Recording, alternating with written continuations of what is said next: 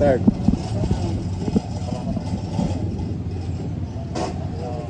Kasi ano,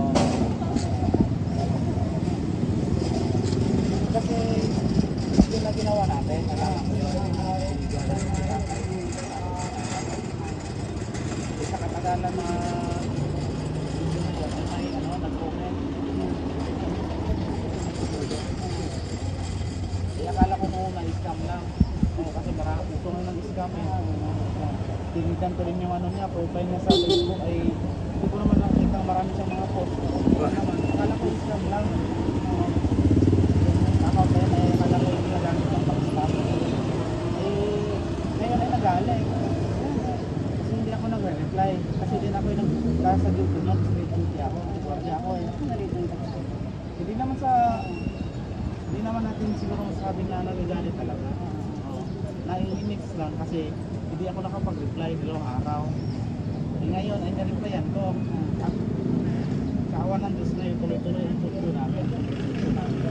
Ngayon ay tumawag kanina. Kasi ang sabi ko,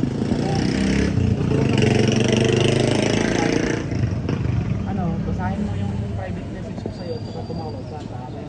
Tumawag na sa akin. Gusto mong mangyayari ngayon. Puntahan natin kayo doon. Akala nga namin yung nandun kayo. Puntahan kayo namin. Tapos mag-uusap kayong dalawa. Ang masinsinan.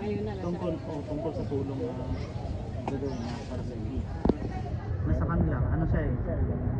Nasa labas ng bansa.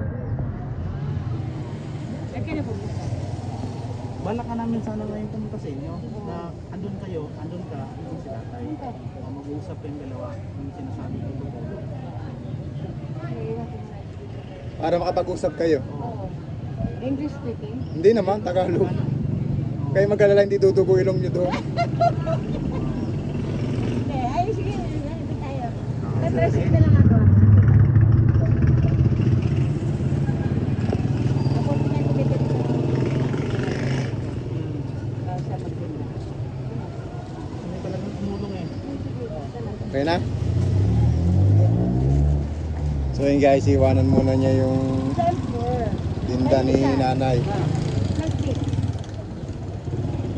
Nga pala ang tinda niya guys.